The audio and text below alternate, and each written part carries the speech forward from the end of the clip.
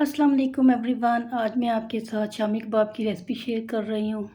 अगर आपके पास कहीं वक्त कम हो, अचानक दावत हो जाए और शामी कबाब बनाने पड़े, तो आप ये इस रेसिपी को फॉलो करके बना सकते हैं। ये झटपट बन जाते हैं। इसको बनाते हुए ना तो आपका टाइम वेस्ट होगा और ना कोई रेशे बनाने की झंझट। कोई लंबा चौड़ा प्रोसेस नहीं है इसका। इसके लिए आधा किलो चने की दाल को मैंने भिगो दिया था।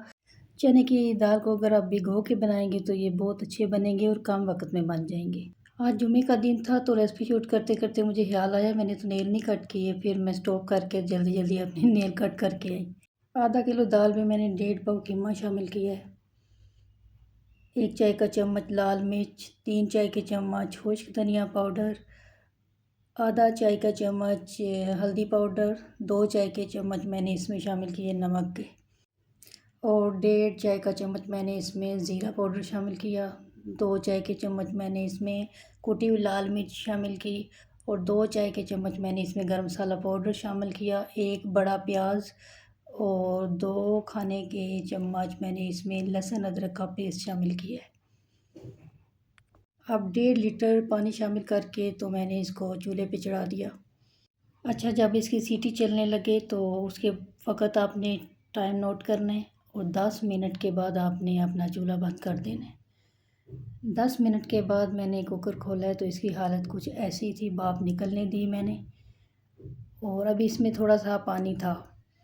अगर आपके पास मशीन है तो उससे बीट कर लें, मशीन नहीं है तो फिर ये बीटर ले लें। इससे ऐसे इसको अच्छी तरह ना फेंटा लगाना है। इसको इतना अच्छे तरीके से फेंटना है कि ये दाल और कीमा यकजान हो जाएंगे और ये बहुत आसानी से हो जाते हैं।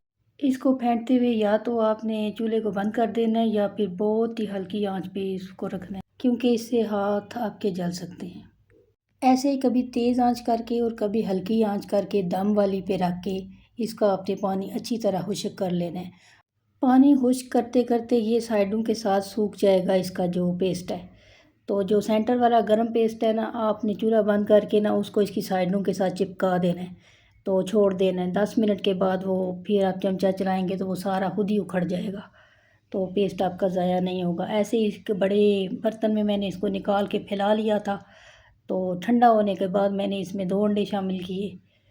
2 अंडे वैसे इसमें ज़्यादा थे, ये मेरा ढीला हो गया था पेस्ट। मुझे ज़्यादा शामी कबाब बनाने की आदत है तो मैं भूल गई थी, तो मुझे अंडा इसमें एक ही चाहिए था तो मैंने 2 डाल दिए।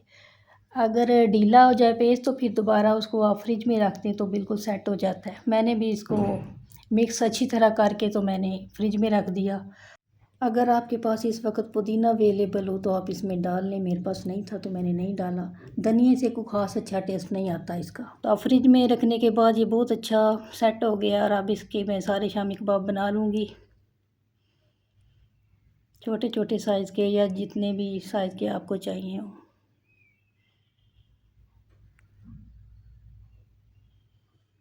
आप 2 अंडे लेके तो उनको फेंटना है, इतना फेंटना है कि अंडे झाग की तरह हो जाएं।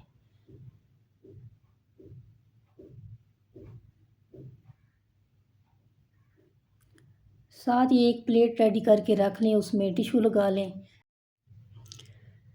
तवे पे ऑयल डाल के तो अब अंडे में डुबो डुबो के कबाब तो इसमें हम फ्राई करेंगे। मैं हमेशा इसको तवे पे फ्राई करती हूँ। वैसे डीप फ्राई से भी बहुत ज़्यादा क्रिस्पी हो जाते हैं। ऐसे जो कबाब फ्राई होते जाएंगे उनको मैं साइड पे करती जाऊंगी ताकि उनका जो ऑयल है वो ड्रेन होता जाए और फिर और जो बनाऊंगी उनकी जगह बचती जाएगी। साथ साथ फिर और डालते जाएं। मुझे बस इतने कबाब चाहिए थे क्योंकि मैंने रेसिपी शूट करनी थी, तो मैंने बस इतने ही बनाए हैं। माशाल्लाह इतने खूबसूरत, इतने क्रिस्पी कबाब मेरे बन के तैयार हैं। कीमे के जो शामी कबाब होते हैं ना, ये बहुत जल्दी तैयार हो जाते हैं। कोई भी इमरजेंसी दावत वगैरह हो तो आप झटपट इस रेसिपी को फॉलो करके बनाएं और मुझे दुआओं में याद रखें।